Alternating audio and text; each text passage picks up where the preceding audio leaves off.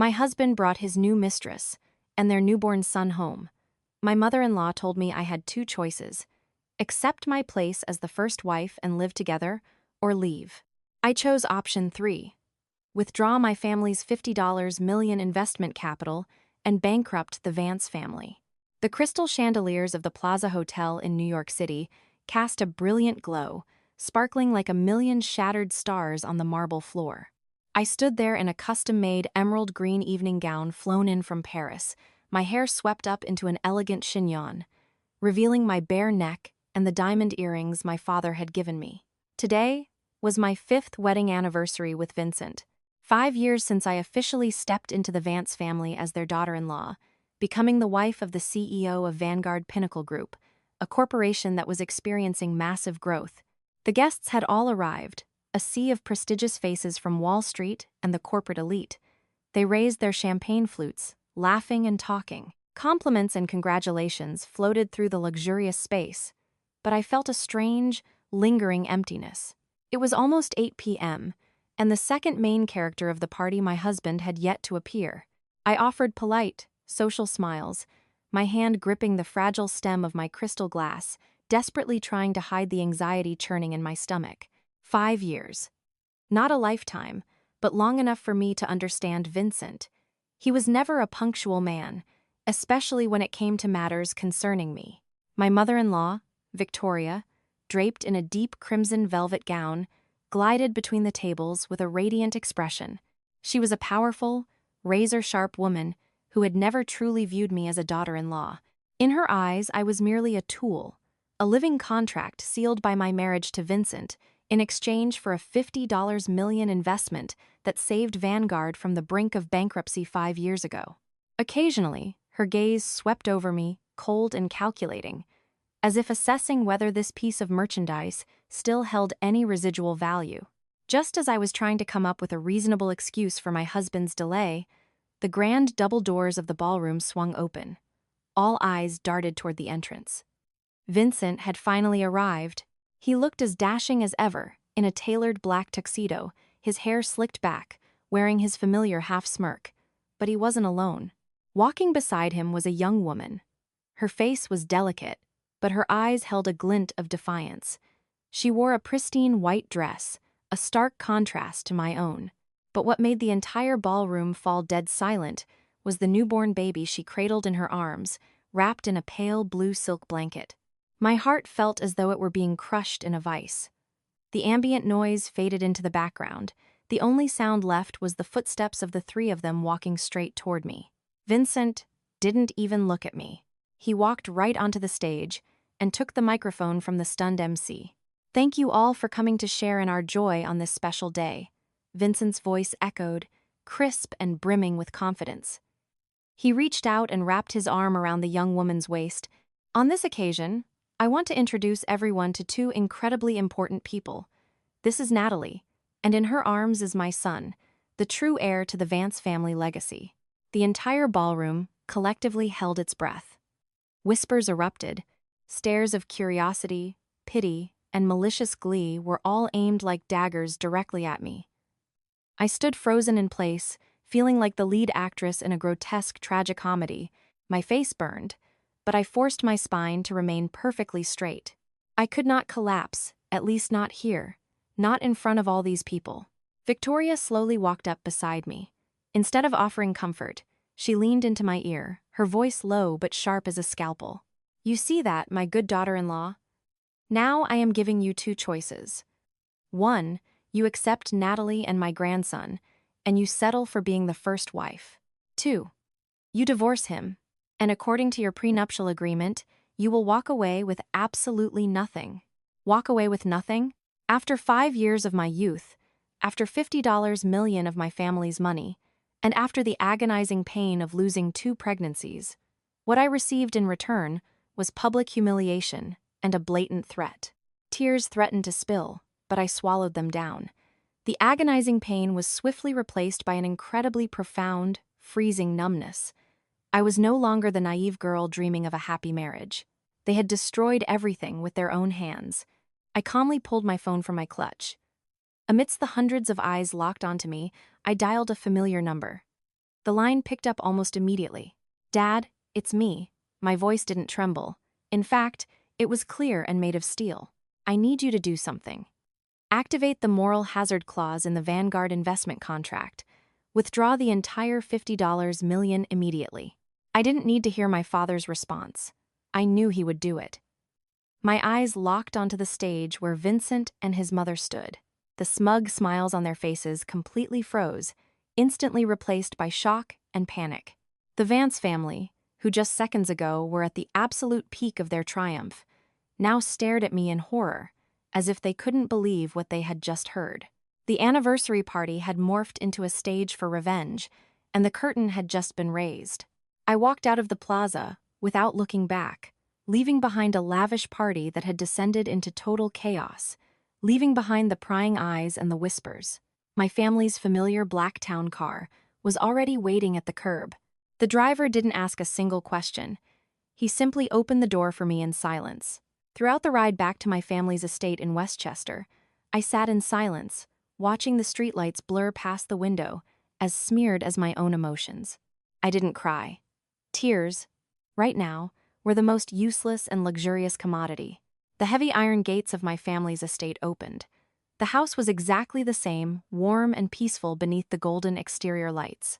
My father, Thomas, and my older brother Logan were already waiting at the door. Seeing me, my dad said nothing. He just stepped forward and pulled me into an embrace. His hug was solid and warm, like a fortress, shielding me from the storm. Only in that moment did the resilience I had been forcing myself to maintain finally shatter.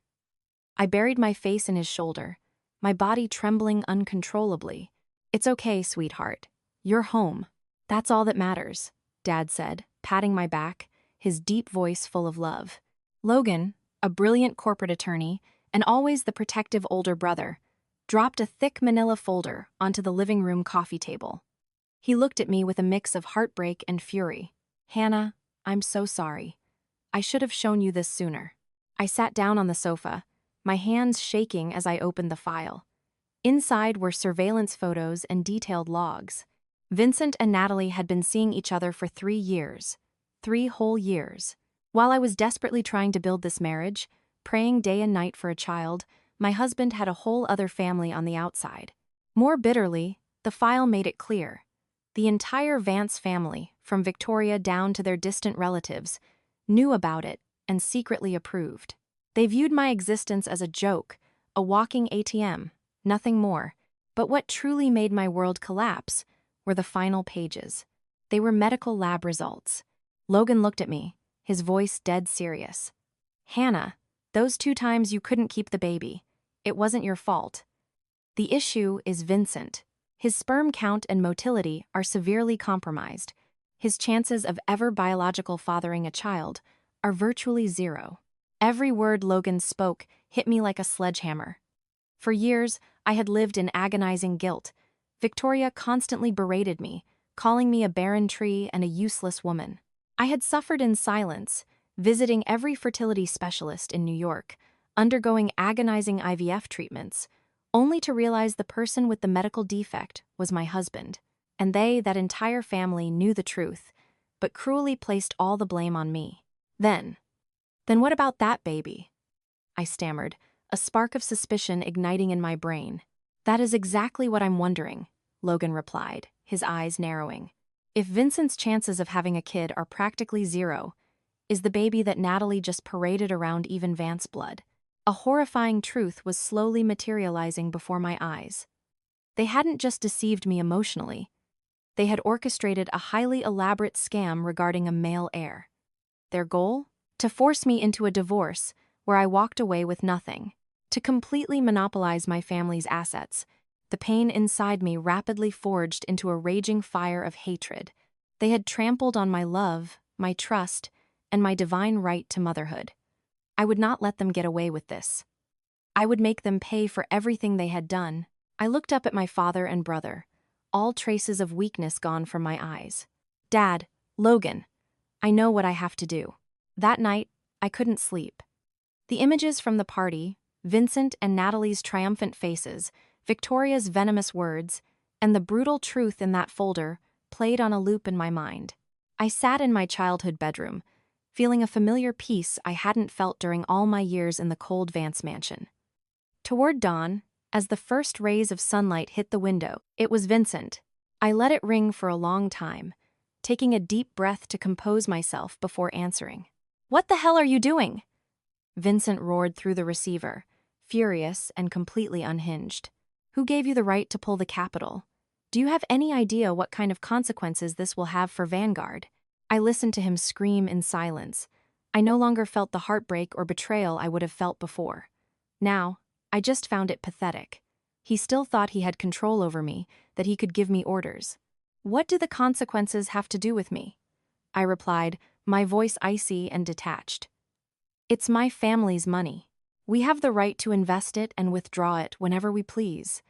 Did I need to ask your permission, Vincent?" My absolute calm seemed to drive him further into madness. "Don't play dumb with me, Hannah. I'm warning you. Stop the withdrawal right now. If you don't blame me for getting vicious. You seem to forget we have a prenuptial agreement. If we divorce, you won't get a single red cent." "The prenuptial agreement." I let out a mocking laugh. "Oh, there is an agreement, all right. But did you forget, Vincent? The $50 million investment contract between my father and Vanguard Pinnacle has a very specific clause. In the event our marriage dissolves, due to fault on your end, my family has the full right to withdraw our capital immediately without paying any penalty for damages. You publicly flaunted a mistress, claimed an illegitimate child, and humiliated me in front of New York's elite. Whose fault do you think that is?" Dead silence on the other end. Vincent was likely reeling, never expecting me to know the corporate contracts so intimately. He and his family had always treated me like a pretty but useless doll, good only for dressing up and shopping. They had severely underestimated me. I pressed the attack, giving him no time to recover. "Oh, and one more thing I wanted to ask you. Are you absolutely sure that baby is yours? What nonsense are you talking about?" Vincent stammered, his bravado instantly evaporating. "Nonsense? You should go home and take a good look at your own medical records. A man who is practically sterile suddenly has a son fall from the sky to be his heir? Did you think I, or my family, were stupid enough to believe that fairy tale?" The silence dragged on.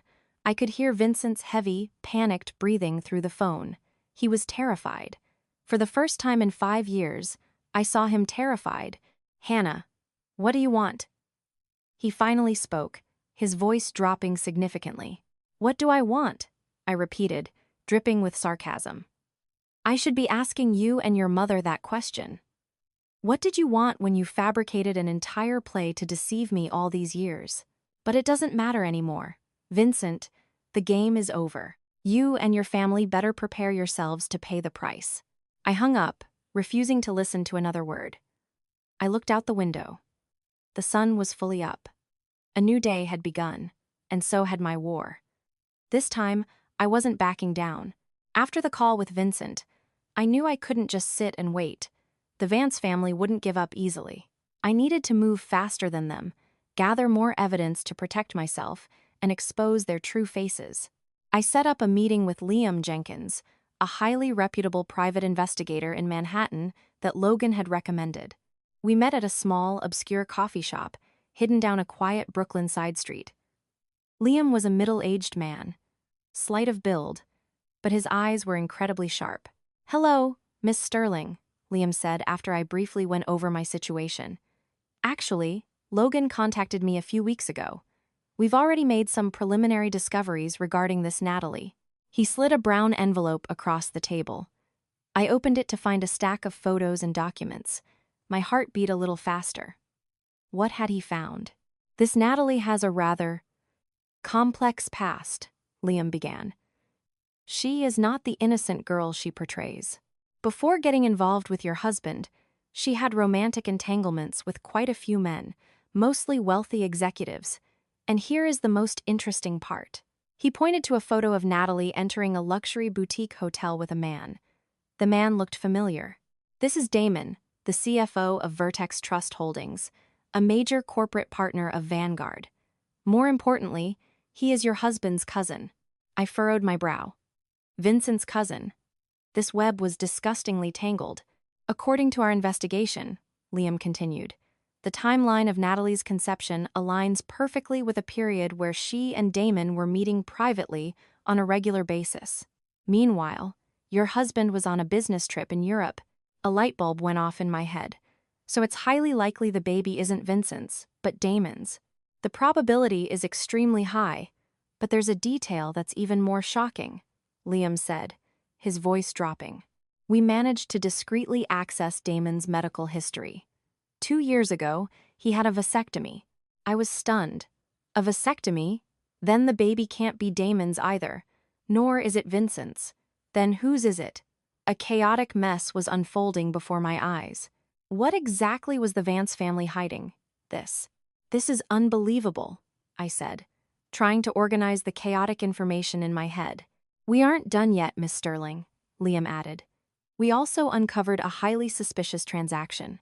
About 6 months ago, a massive sum of money was wired from Vanguard Pinnacle's corporate accounts to Damon's personal offshore account under the guise of project consulting fees. But according to our sources, no such project exists. That money was hush money. It was to pay Damon off to claim the child as his own if necessary, or to keep quiet about his involvement with Natalie. Everything suddenly became crystal clear. The Vance family, spearheaded by Victoria, had orchestrated a flawless stage play. They desperately needed a male heir to secure their legacy, solidify their stock positions, and create a pretext to kick me out of the house. When they realized Vincent couldn't have children, they found a woman like Natalie, who was already pregnant by some unknown man. Then, they used corporate funds to silence everyone involved, fabricating the narrative of the perfect heir. They had embezzled company funds, defrauded their shareholders, and trampled all over my life entirely for their own selfish gain. Thank you, Mr. Jenkins. This information is invaluable, I said, carefully placing the documents back into my designer bag. Please continue investigating, especially regarding the true origin of that child. Leaving the coffee shop, my heart felt heavy but brimming with resolve. I held crucial leverage in my hands.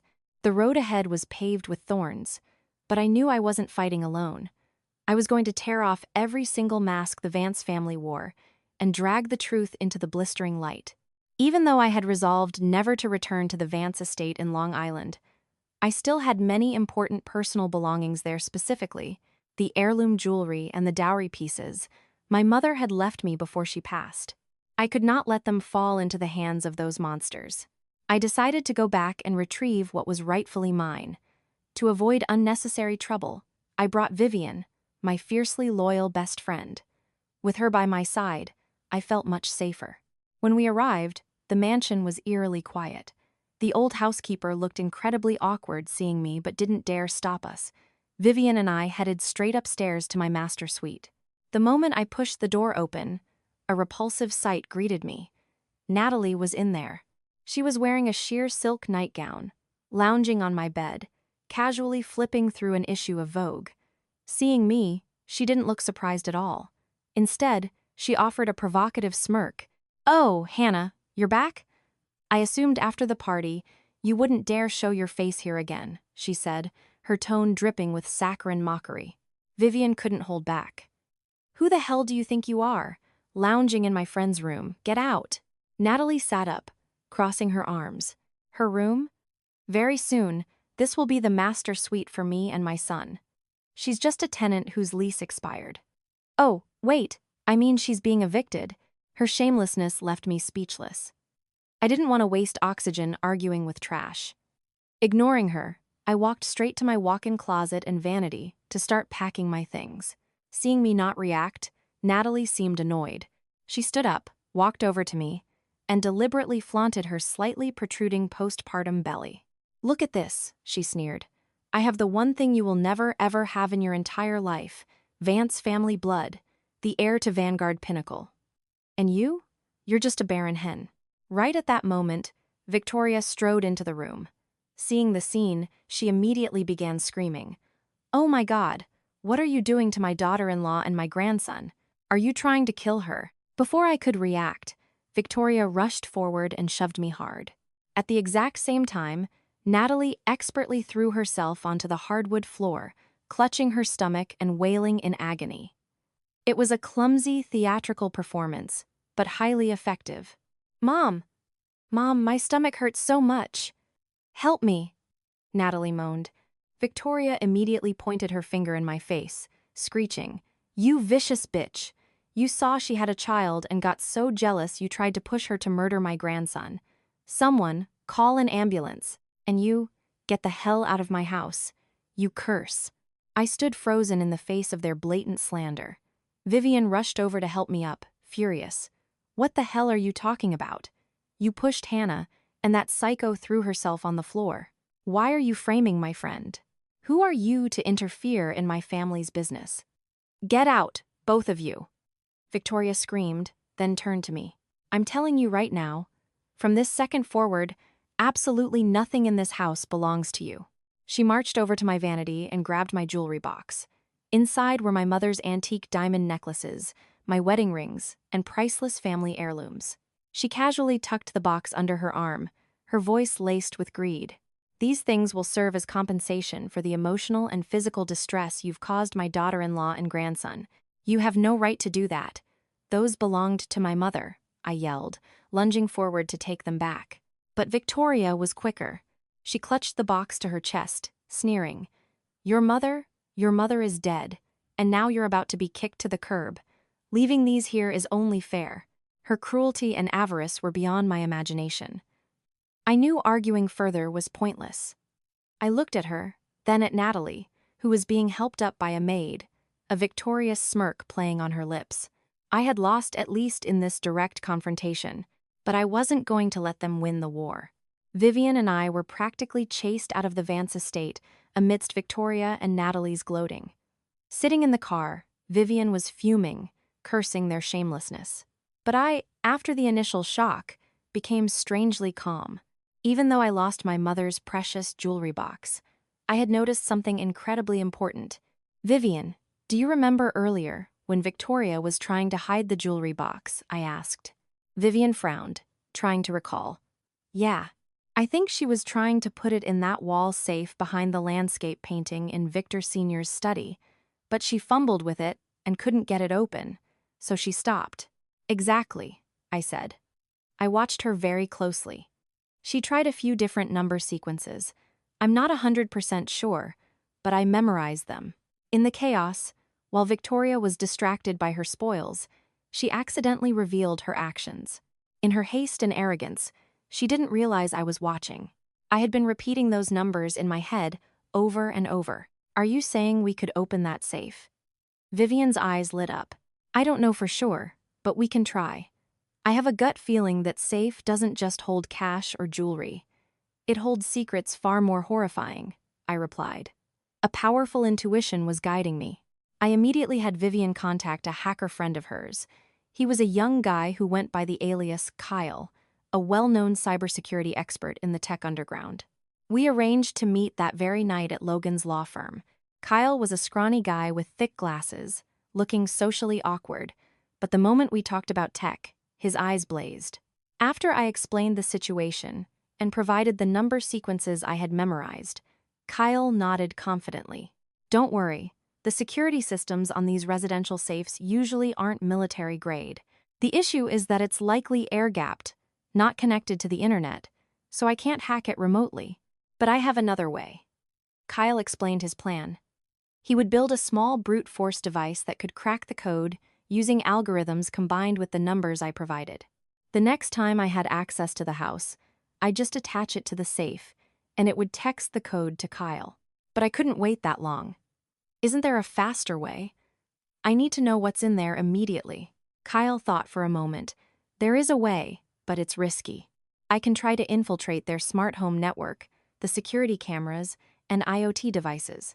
If we get lucky, I might find a backdoor into the safe's control module, assuming it's a modern networked model." It was a beacon of hope. I immediately gave Kyle everything I knew about the Vance family's home network. Logan also assisted, using his legal expertise to ensure our actions remained within certain boundaries, or at least left no digital fingerprints that could be used against us in court. We stayed up the entire night. Logan, Vivian, Kyle, and I worked with intense focus. Kyle was glued to his laptop, lines of neon green code cascading endlessly down his screen. Occasionally, he'd pause, frown, and then type at breakneck speed. The tension in the office was thick enough to cut with a knife. My future, the fate of this war, all hinged on those lines of code. I prayed silently, hoping that secret door would swing open. Around 4 a.m., when we were all exhausted, Kyle suddenly let out a soft cheer. Got it. We all jumped up and crowded around his screen. He had successfully bypassed the firewall and infiltrated the mansion's central smart hub. From here, he could control everything: the lights, the HVAC, the cameras, and most importantly, Kyle said, his fingers flying across the keyboard, the safe in Victor Sr.'s study is a smart safe hooked into the network. Now for the main event. He ran an automated decryption script, blending my memorized numbers with complex algorithms. Time crawled by. Every beep indicating an incorrect password made my chest tighten. Just as I was losing hope, a soft click echoed from the laptop speakers, followed by the words "access granted" flashing on the screen. "We're in!" Vivian whisper shouted. Kyle rapidly accessed the storage drive inside the safe's memory. A series of encrypted folders appeared.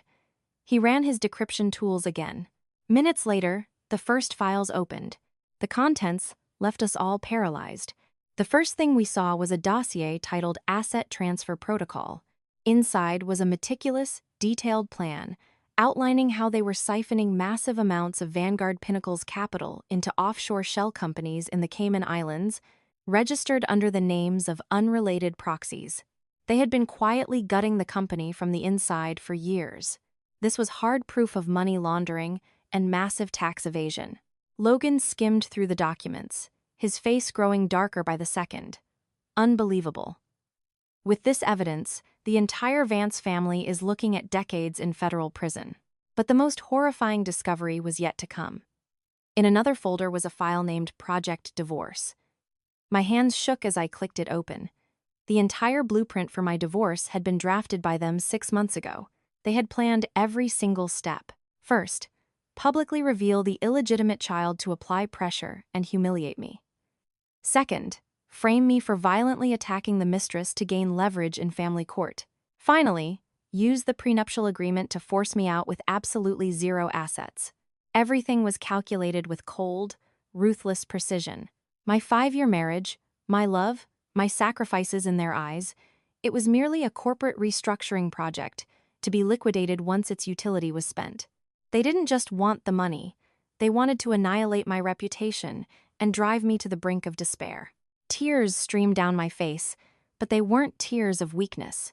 They were tears of pure, unadulterated rage. They had gone too far. "Print it all," I said, my voice dropping to an icy octave.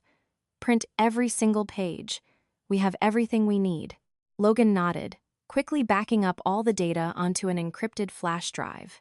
"Hannah, what's your next move?" I wiped my tears and looked up, my eyes burning with absolute resolve. "I'm going to make sure they never get what they want. I am going to make them pay for everything.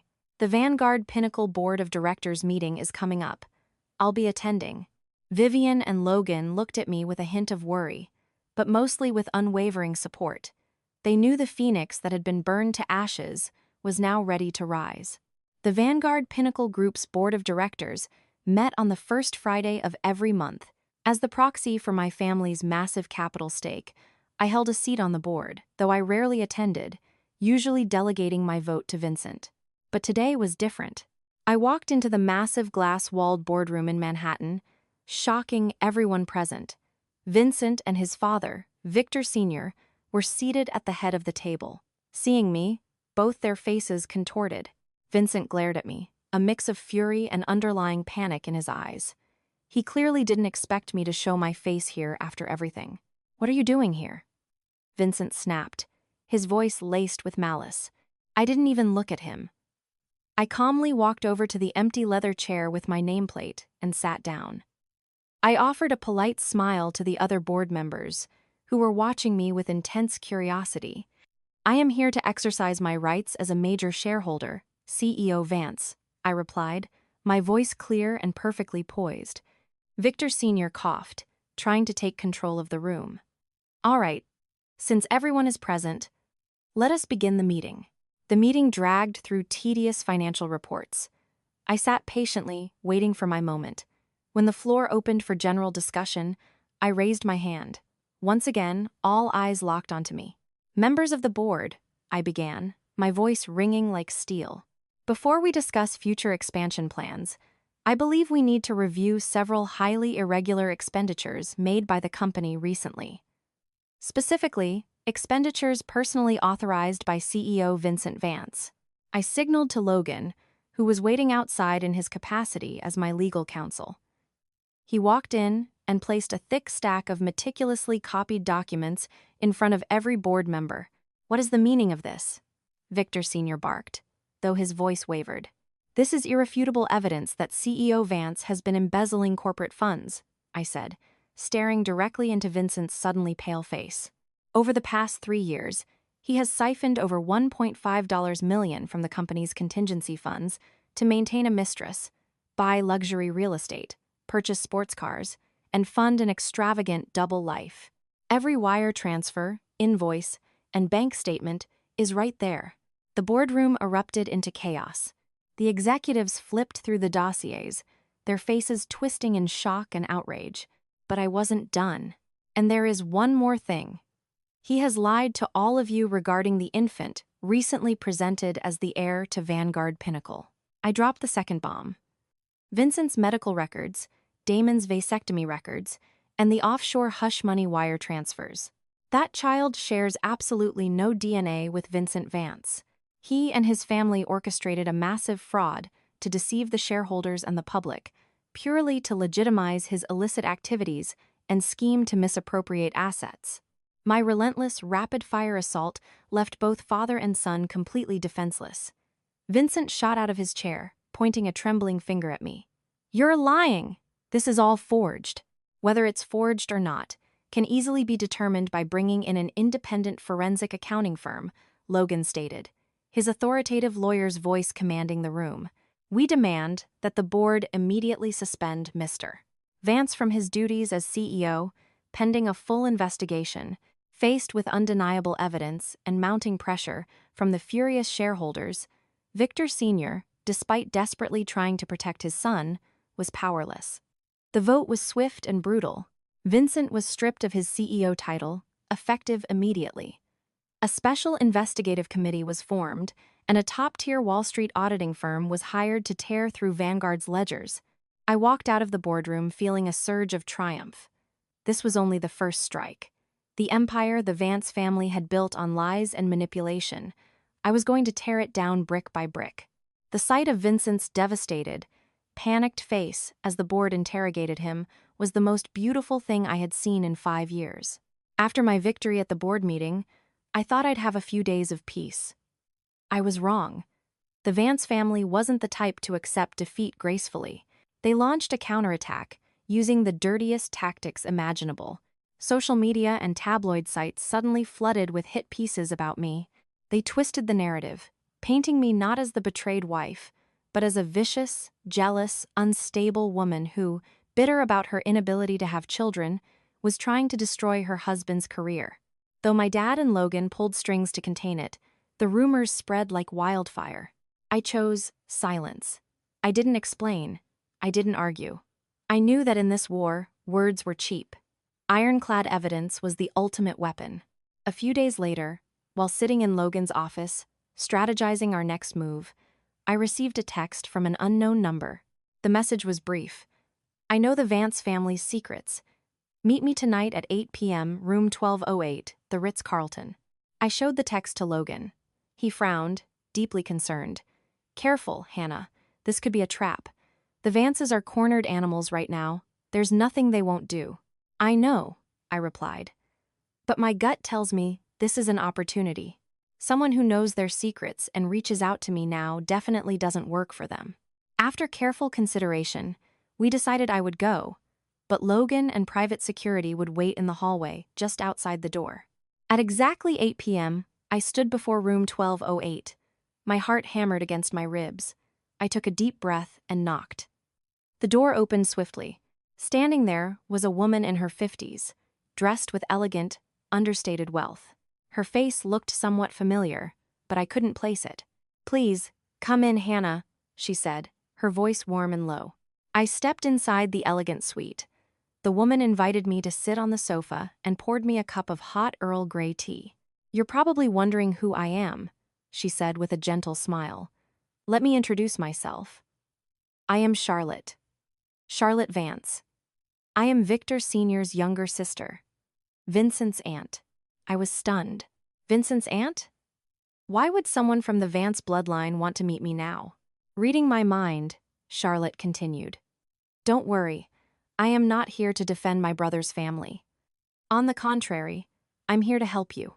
What they did to you, and to so many others, is unforgivable." Her eyes looked at me with deep sympathy and a hint of sorrow. "I've been following your story from a distance. I admire your strength.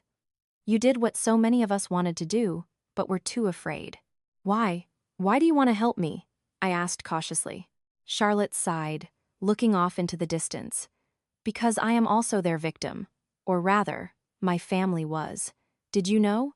Victoria is not my brother's first wife." She began to unfold a dark, tragic history about Victor Sr.'s first wife, Mary, a kind, virtuous woman. About how Victoria, then just a young secretary, used ruthless manipulation to force her way into the family, causing Mary unimaginable suffering until her death. It was a tale of dark secrets, conspiracies, and the sheer cruelty hidden beneath the veneer of an aristocratic New York family. Every word she spoke was a puzzle piece, slowly revealing an entirely different picture of the Vance dynasty. A picture far darker and more terrifying than I had ever imagined. "My sister-in-law, Mary, was a wonderful woman," Charlotte continued, her voice tinged with grief. "She came from an old money, highly educated family and devoted everything to her husband and child. She and Victor had a son named Nathan. He was brilliant, obedient, the pride of the family." She paused, taking a sip of tea to steady herself. "But then Victoria appeared. She used her looks and cunning to seduce my brother. Victor, high on his own rapid success, was completely blinded by her.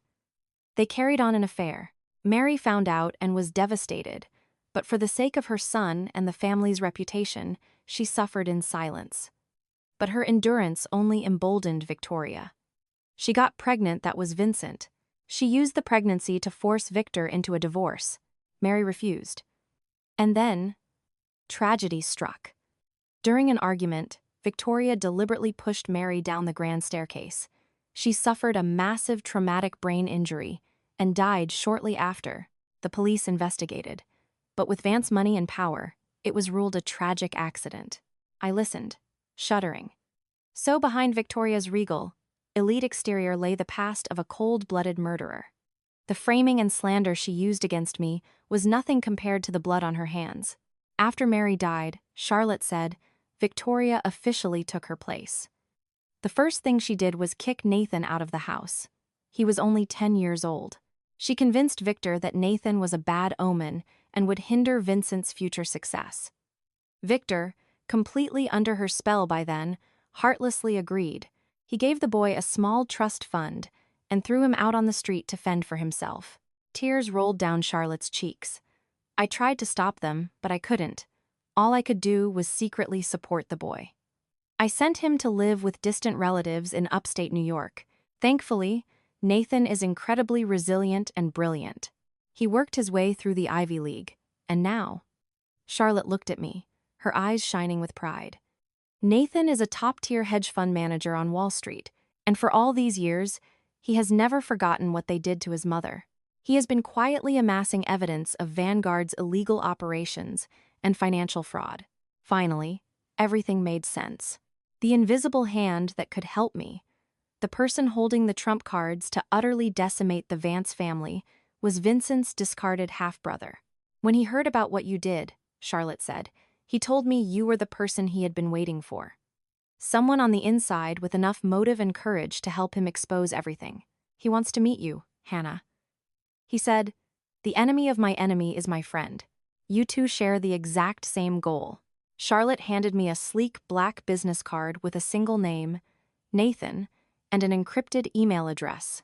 This mysterious meeting opened a massive new door in my crusade. I was no longer alone. I had an ally, someone who carried the same pain and burning hatred for the Vance family. An alliance of vengeance was about to be forged. Returning from the Ritz, my mind was racing. A horrifying historical truth had been laid bare, and a sudden ally had appeared. I didn't waste a single second. That very night, I sent a brief email. "I am Hannah. I want to meet." The reply came almost instantly, as if he had been sitting at his screen waiting. "I am Nathan. I will be in Manhattan in 48 hours. We will meet." 2 days later, I received the location. It wasn't a coffee shop or a hotel. It was a massive penthouse atop a luxury high-rise in Tribeca, overlooking the Hudson River. The location guaranteed absolute privacy and security. The man who opened the door was tall, with sharp, chiseled features and piercing, intelligent eyes. Despite being half-brothers, he looked nothing like Vincent. Nathan exuded a calm, grounded aura, tinged with the coldness of a man who had weathered many brutal storms. "Hello, Hannah, come in," Nathan said, his deep voice betraying little emotion. We sat across from each other in the sprawling living room, separated by a glass coffee table. Skipping the pleasantries, Nathan got straight to the point. He opened his laptop and turned the screen toward me. "This is everything I have gathered on Vanguard Pinnacle over the past decade," he said. On the screen was a meticulously organized matrix of files. It was a mountain of evidence detailing financial fraud, massive tax evasion, the creation of shell companies in the Caymans to launder money, shadow transactions, and illegal corporate contracts. Everything was detailed down to the exact dollar, date, and signature. The scale of it dwarfed what I had found in the safe. This wasn't just the misconduct of a few individuals. It was an organized crime syndicate, operating as a family dynasty. With this, we won't just bankrupt Vanguard. We can send Victor Sr. and Vincent to federal prison for a very long time, Nathan said, his eyes unwavering. "Why did you wait until now?" I asked. Nathan looked out the window at the glittering New York skyline. "I needed the right moment, and I needed an igniter. Someone on the inside with the standing and the motive to light the match. That person is you. Your actions at the board meeting created the perfect fracture. Now, it's time to bring down the entire wall." He looked me dead in the eyes, his gaze holding an indescribable sorrow. "My mother. Her death was not an accident. I've always known that. Victoria killed her, but I don't have the hard proof." "Neither do I replied, my voice trembling slightly. "But I have reason to believe she was involved in my mother's death too." Silence enveloped the room. Two strangers from different worlds, united by a common enemy, the shared trauma of losing a mother, and an insatiable thirst for justice. The unspoken empathy bound us together. "Then we are allies," I said, breaking the silence. "We are allies," Nathan confirmed. "My plan is to drop all of this evidence simultaneously to the press, creating a media earthquake they cannot recover from. We obliterate their financial foundation, and the DOJ will handle the rest." "I agree," I said without hesitation. "They took too much from us. It's time they paid it all back, with interest." The meeting ended with a firm handshake. It wasn't just the start of an alliance. It was an official declaration of war against the Vance family. The real storm was about to make landfall. Leaving Nathan's penthouse, I felt an unprecedented surge of energy. The plan was set, the weapons were loaded, but with it came a creeping sense of dread. I knew the Vances wouldn't just sit and wait to be slaughtered. My intuition was right.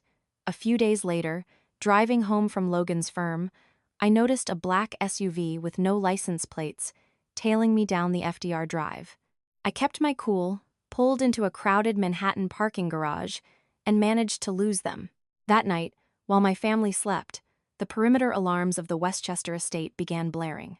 My dad and Logan rushed downstairs. On the security feeds, we saw two men dressed in black, faces covered, attempting to scale the walls, but fleeing once the alarms tripped. The atmosphere in the house turned deadly tense. These weren't empty threats anymore. They were taking kinetic action. At that moment, my phone rang. "Vincent, you think you're so smart, don't you?" he hissed, his voice unhinged and frantic. "You think suspending me as CEO is the end of it. Hannah, I am telling you right now, if you keep pushing, I cannot guarantee the safety of you or your family. You better stop while you still can." I hung up, my hands ice cold. He was openly threatening my life. Seeing the color drain from my face, my dad, Thomas, who always remained stoic through any crisis, let out a heavy sigh. He called Logan and me into his study. "It's time I told you both the truth," Dad said, his voice grave. He opened his desk drawer and pulled out a faded photograph. It was my father in his youth, standing next to a beautiful, kind-looking woman. "This is Mary, Nathan's mother." We stared at each other in shock. 20 years ago, Dad began. "Before I invested in Vanguard, Mary and I were business partners. She was a brilliant and compassionate woman. She was the one who warned me about Victor's unethical business practices and Victoria's vicious nature.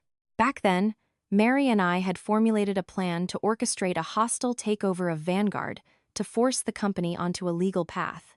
A massive secret was unspooling. The ties between my family and the Vances were vastly more complex than I could have ever fathomed. But then, Mary suddenly died. Dad's voice cracked with guilt. They ruled it an accident, but I never believed it. I suspected Victoria was behind it. After Mary's death, our takeover plan collapsed. I lost my most trusted partner and didn't have the leverage to take on the Vances alone. He looked at me, his eyes filled with agony. "And then, shortly after, your mother passed away. The doctors said it was a sudden, aggressive illness, but I always had my doubts. Her health had been perfect. Her death was too sudden, just like Mary's. I was terrified that Victoria had murdered your mother to silence us, to take revenge for the alliance between Mary and me." I sat completely paralyzed. A horrifying truth my father had buried for 20 years. My mother's death wasn't just an illness. The blood feud between our families had been planted decades ago. My marriage to Vincent, in my father's eyes, wasn't just a corporate merger. It was a desperate, miscalculated chess move to get close to his enemy, never realizing he was throwing his own daughter into the lion's den. Now, everything was blindingly clear. This war wasn't just about getting justice for my ruined marriage. It was about uncovering the truth behind the murders of two mothers. My father's confession acted like adrenaline, pushing my resolve past the point of no return. We couldn't wait another minute. That very night, I contacted Nathan. We decided to launch the nuclear option immediately. Leveraging his connections in global finance, Nathan approached the Wall Street Journal with our dossier. We provided them with the entire cache of evidence regarding Vanguard's financial fraud. To ensure absolute credibility, we included Nathan's forensic analysis, mapping out the exact routes of the laundered dark money. The next morning, the hurricane hit. An explosive exposé headlined, "Vanguard Pinnacle, Inside the Empire of Offshore Laundering and Corporate Fraud," dropped simultaneously in print and online, sending unprecedented shockwaves through corporate America. The article laid bare everything: billions in tax evasion, dozens of Caribbean shell companies, stock price manipulation, and the bribery of public officials. The market reaction was instantaneous and apocalyptic. The moment the New York Stock Exchange opened, Vanguard's stock, ticker VPG, plummeted into a freefall, triggering circuit breakers amidst massive sell-offs with zero buyers. Institutional hedge funds and retail investors alike panicked, dumping the stock to salvage whatever they could. In a single morning, Vanguard Pinnacle's market capitalization evaporated by tens of billions of dollars. By noon, the SEC officially halted all trading on VPG to prevent broader market contagion. Simultaneously, federal agencies mobilized. The IRS and the FBI released statements announcing the formation of joint task forces to investigate the allegations. Emergency asset freeze injunctions were filed against key members of the Vance family, including Victor Sr. and Vincent. The news spread at warp speed. CNN, CNBC, and every major outlet covered the collapse wall to wall. Images of Victor Sr. and Victoria were plastered across screens with sensational chyrons. The empire they had spent a lifetime building through blood and filth was disintegrating before the eyes of millions. Inside the Vance estate, It had to be sheer pandemonium. And just as I predicted, the crushing pressure broke the head of the snake. That afternoon, news broke that Victor Sr., chairman of Vanguard Pinnacle, had suffered a massive stroke and was rushed to Mount Sinai Hospital in critical condition. The empire was being ripped out by its roots. I stood by the window, watching a sudden rainstorm wash over New York. The rain was cleansing the city streets, just as the truth was washing away the Vance family's grotesque facade. But I knew this wasn't the end. A cornered beast is always the most lethal. The collapse of Vanguard and Victor Sr.'s hospitalization plunged the Vance family into absolute chaos. Vincent, stripped of his power and staring down the barrel of a federal indictment, lost his mind. He smashed furniture, screamed, and took his rage out on everyone around him. The person who felt this madness most acutely was Natalie. She understood that in this hurricane, a mistress with no legal standing and a child with no Vance blood would be the first ones thrown overboard. In his psychotic state, Vincent might even kill her to tie up loose ends. Terror overrode everything else. Natalie decided she had to buy her way out, and her ticket out was me. She called me from a burner phone, her voice shaking with panic. "Hannah, it's Natalie. I need to meet you. I have something you want." I hesitated, but agreed. We met at an obscure diner deep in Queens, far away from prying eyes. Natalie showed up looking haggard and exhausted, all traces of her arrogant bravado completely gone. She placed a small digital recorder on the table. "Everything is on here," she rasped. Recordings of my conversations with Vincent and Victoria. I recorded them as an insurance policy. It proves they conspired to use the baby to force the divorce. It proves they plotted to frame you. I'll sell it to you for $500,000 and a safe route out of the country. I need to get away from that psycho. $500,000. A steep price, but for what it provided, it was a bargain. These tapes were direct, irrefutable evidence of their conspiracy, the final nail in their moral coffin. "Fine, I agree," I said, "but I need to hear it first." Natalie pressed play. The familiar voices echoed from the speaker. Vincent and Victoria coldly discussing their cruel plans, hurling venomous insults at me. My heart ached, but I kept my composure. As the transaction concluded, as if to prove her sincerity, Natalie suddenly added, "Hannah, there's one more thing. I only overheard this by accident. One night, Victoria got drunk," she said. "She said she was the one who killed your mother 20 years ago." Every word Natalie spoke hit me like a lightning bolt. Even though I suspected it, hearing it confirmed by a third party left me reeling. My breath caught in my throat. "What exactly did she say?" I demanded, fighting to keep my voice steady. "She said your mother knew too much about her and Victor, just like Nathan's mother. She said she paid someone to slip an odorless, tasteless toxin into your mother's food over a long period. It caused her organs to fail slowly, making it look like a terminal illness. She was laughing, bragging about how brilliant she was to not leave a single trace," Natalie recounted, shivering with fear. She was terrified of that monstrous woman, and terrified of my reaction.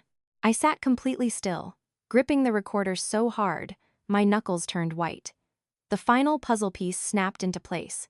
The most agonizing, brutal truth was finally exposed. Victoria. That demon hadn't just stolen my husband and destroyed my life. She had murdered my beloved mother. This wasn't just a corporate war anymore. This was a blood debt. And blood is paid with blood. Clutching the recorder, I drove straight to Mount Sinai Hospital, where Victor Sr. was clinging to life. The rage and grief I had buried for 20 years erupted like a volcano. I couldn't wait another second. I had to face the monster who had cursed my entire existence. I found Victoria sitting blankly on a bench outside the ICU. She looked haggard, aged by a decade in a few days. Her usual regal arrogance was gone, leaving only a terrified, middle-aged woman watching her dynasty turn to ash. Seeing me, she flinched, sheer terror in her eyes. "What are you doing here?" she stammered. I didn't answer. I walked right up to her, my eyes colder than liquid nitrogen. I pressed play on the recorder. Natalie's shaky voice echoed through the quiet hospital corridor, recounting Victoria's drunken confession about the slow-acting poison. Victoria's face drained of all color, turning as white as a sheet. She trembled violently, clutching her head, mumbling, "No, no, it's not true. That little tramp is lying. Don't believe her." "You still want to deny it?" I snarled. "Turn it off. 20 years ago, you murdered my mother, just like you murdered Nathan's mother. You stole the woman I loved most, shoved me into this living hell of a marriage, and trampled on my life. Did you really think your crimes would stay buried forever?" My absolute certainty and the undeniable recording broke her final psychological defenses. Victoria collapsed, falling to the floor, grabbing my legs, weeping hysterically. "Hannah, I'm sorry. I know what I did was wrong. Please, spare me. Spare Vincent. He's my only son. I beg you." Her pathetic, belated begging did not soften my heart. It only filled me with revulsion. To her very last breath, this woman only cared about her degenerate son. Right at that moment, an NYPD officer and Logan sprinted down the hall, both looking incredibly tense. "Hannah, we have a situation," Logan said rapidly. During his interrogation with the FBI, Vincent assaulted an agent and escaped. There's a citywide manhunt. This news was the final lethal blow to Victoria. She fainted dead away, collapsing onto the sterile hospital floor. Her husband was on death's door, and her son was now a violent fugitive. Everything she had built through bloodshed and malice had disintegrated into dust. Her delayed confession couldn't save her. It only highlighted the pathetic ruin of a deeply evil life. The chaos of the Vance family did not slow down my plans with Nathan. If anything, it forced us to move faster, to stabilize the collateral damage. Vanguard Pinnacle was a rudderless ship caught in a Category 5 hurricane. Tens of thousands of innocent employees were terrified for their livelihoods. I met Nathan back at his Tribeca penthouse. He remained as stoic as ever, but his eyes blazed with intense focus. "Vanguard is unsalvageable," Nathan stated bluntly. "The rot goes all the way to the foundation. The best move is to let the legal process play out." Chapter 11: Bankruptcy. "Bankruptcy?" I asked, alarmed. "What about the thousands of employees?" "That's where Phase 2 comes in," Nathan explained.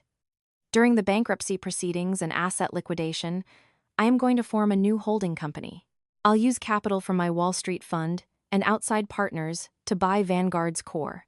Untainted assets, the factories, the viable tech, the clean projects. We restructure completely, retain the hard-working employees, and maintain operations. We are going to build a new empire on the ashes of the old one. But this one will be clean, and it will be unshakable." Nathan's plan was audacious but brilliant.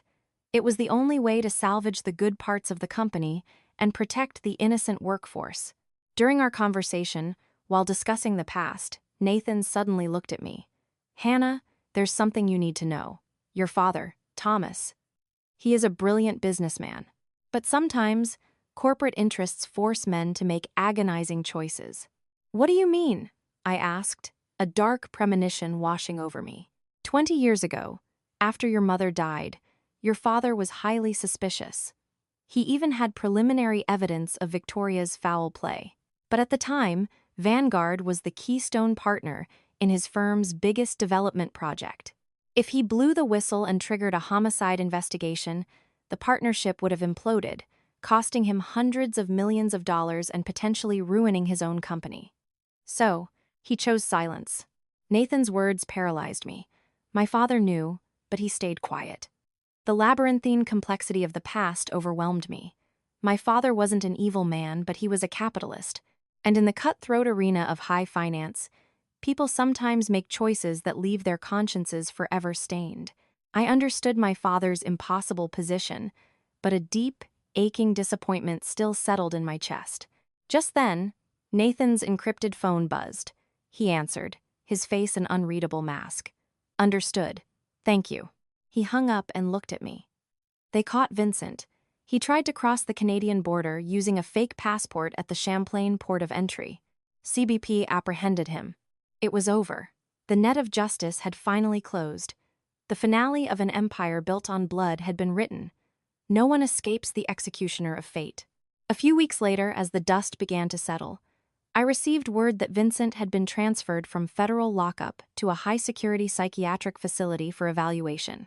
The sheer terror of his total collapse had triggered a massive nervous breakdown, spiraling into severe schizophrenia. Driven by morbid curiosity and an unexplainable internal pull, I decided to visit him. The facility was located in a quiet, isolated area of upstate New York. Vincent was in a sterile, solitary room. He sat on his bed, staring vacantly out the reinforced window, muttering incoherent sentences. He was no longer the arrogant, powerful Wall Street CEO. Before me sat a broken, pathetic shell of a man. Every ounce of hatred I held for him evaporated, replaced only by a vague, chilling pity. The psychological hell he was trapped in was a punishment far worse than any federal penitentiary. Afterward, I went to see Victoria one last time. She was out on a massive multi-million-dollar bail bond, wearing an ankle monitor and barred from leaving the state. She drifted through the freezing, empty mansion like a ghost. She wouldn't be going to prison for my mother's murder. Logan advised me that a drunken confession overheard by a highly unreliable witness like Natalie wouldn't hold up in criminal court, but she was going to pay in. A different currency. I placed a drafted document on her coffee table. "This is a public letter of confession and apology," I told her flatly. "You are going to purchase full-page ads in the New York Times, the Wall Street Journal, and the Washington Post for 3 consecutive days. You will detail every single vile thing you did to me, to my mother, and you will beg for forgiveness from my family and from my mother's spirit." For a woman whose entire existence revolved around elite social status and pride, this was a fate worse than a lethal injection.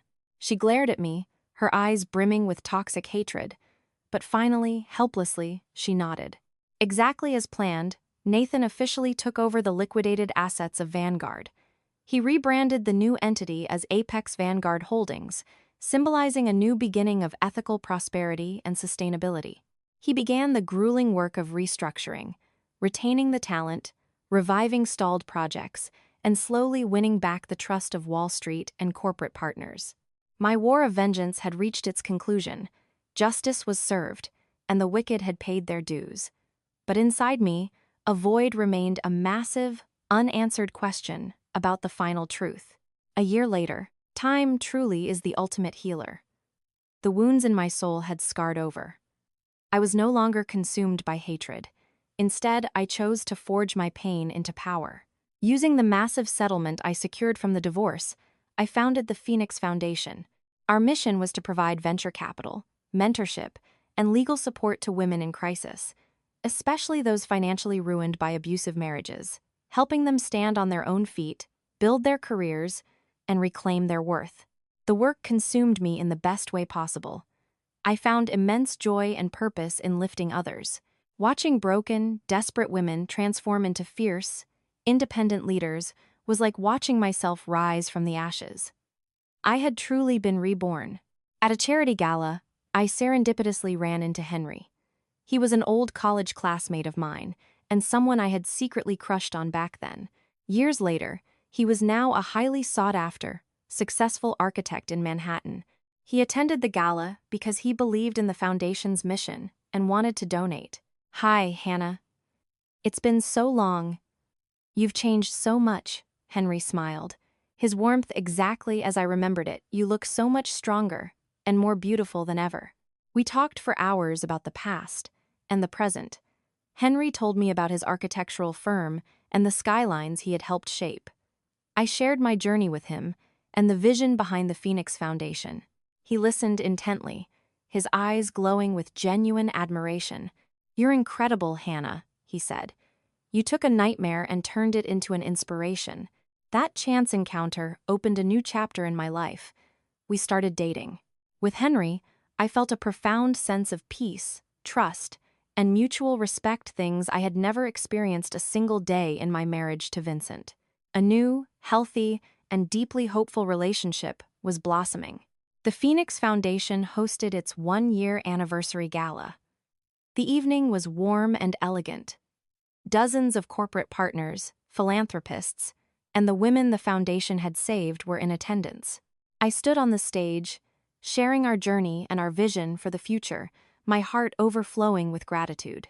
In the middle of the joyous celebration, an uninvited guest appeared. It was Vincent. He looked entirely different from a year ago. The manic, psychotic look was gone, as was the arrogant swagger. He was alarmingly thin, his face exhausted, but his eyes were startlingly lucid and quiet. Wearing a simple, cheap suit, he stood quietly in the back of the room, watching me from afar. After a moment of hesitation, he approached. The crowd recognized him, and uneasy whispers began to ripple through the room. Henry, standing beside me, gently took my hand to steady me. "What are you doing here?" I asked, keeping my voice perfectly level. I came to apologize," Vincent said, his voice quiet and strained. "I'm so sorry for everything I did to you. This past year, in the facility, I've had a lot of time to think. Through the medication and therapy, I know I was wrong. Unforgivably wrong." His apology was years too late, but I could hear the shattered sincerity in it. "And I came to give you this," he said, holding out a small USB drive. "Before my father died, he left an audio diary. He said the truth needed to be given to the person it belonged to." I took the flash drive, my heart pounding with dread. What more truth could there be? Did I still not know the whole story? Vincent looked at me one last time, a deeply complex look filled with regret, sorrow, and a strange sense of closure. "Have a beautiful life, Hannah. You deserve it." He turned and walked out of the gala, vanishing into the neon-lit New York night, leaving me holding the drive and the final, buried secret. I went back to the estate with Henry. For the entire drive, I gripped the USB drive in my fist. When I arrived, Dad and Logan were still awake, waiting for me. I decided we would face this final truth together. I plugged the drive into my laptop. A single audio file popped up. I pressed play. Victor Sr.'s weak, rattling voice recorded in his final days in the ICU filled the silent study. "Hannah, if you are hearing this, I am already dead. I know apologies are useless now, but I must confess the truth.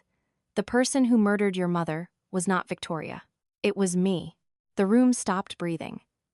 Victor Sr.'s confession left us entirely paralyzed. He explained that 20 years ago, he and my father were locked in a vicious corporate war for dominance. He viewed my father as a massive threat to Vanguard's monopoly. So, he decided to eliminate the competition. He paid someone to lace a bottle of ultra-rare vintage wine, a wine he knew my father cherished with the slow-acting toxin, intending to gift it to him at a corporate retreat. But in a cruel twist of fate, my mother, fighting off a slight chill that evening, drank a glass of that wine to warm herself. The poison didn't kill instantly. It seeped into her system, systematically destroying her organs, perfectly mimicking a terminal illness. "Victoria found out what I did," Victor Sr.'s voice rasped. "She used it to blackmail me, to control me and Vanguard for decades. Her drunken confession to that Natalie girl, it was just a sadistic lie. A way for her to stroke her own ego and project power. I am the real murderer." The audio faded to static, but the silence it left behind was crushing. The final truth. More agonizing and ironic than any stage play, the enemy I hated most passionately wasn't even the one who pulled the trigger. The immense guilt and torment my father had carried for 20 years, believing his silence let Victoria get away with murder, was finally absolved. I looked at my dad. Tears streamed down his weathered face, tracking through the deep lines carved by time and sorrow. I walked over and held him tightly. Every misunderstanding, every ounce of resentment and suspicion between us was washed away in that embrace. The next day, I made my decision. I was not going to release the tape. Victor Sr. was dead. Vincent was a broken man living in a psychological purgatory. Victoria was living in eternal disgrace and humiliation. The war was over. Ripping this wound open again would serve absolutely no purpose. The truth had been revealed to us to heal our family, not to sow more hatred into the world. I placed the USB drive into a small lockbox, locked it, and buried it deep in my closet. That was how I closed the door on my traumatic past forever. A few days later, I received an email from Nathan. He wrote that Apex Vanguard Holdings was officially stabilized and turning a profit. He thanked me for being a brilliant ally. He promised to spend the rest of his life building an ethical, unshakable enterprise to atone for his father's sins and to honor the memory of his mother. My story ends on a beautiful, sunlit afternoon. Henry and I were walking along the Hudson River. He was animatedly pitching me his architectural designs for a new, state-of-the-art vocational training center for the Phoenix Foundation. I listened, smiling, overflowing with happiness. The war was over, not to destroy, but to rebuild. The Phoenix had truly risen from the fires of the past, soaring toward a bright, limitless horizon. Thank you for spending your time with us until the final moments of this video. If you found this story compelling and meaningful, please hit the like button and subscribe to join us for our next videos. Goodbye, and see you next time.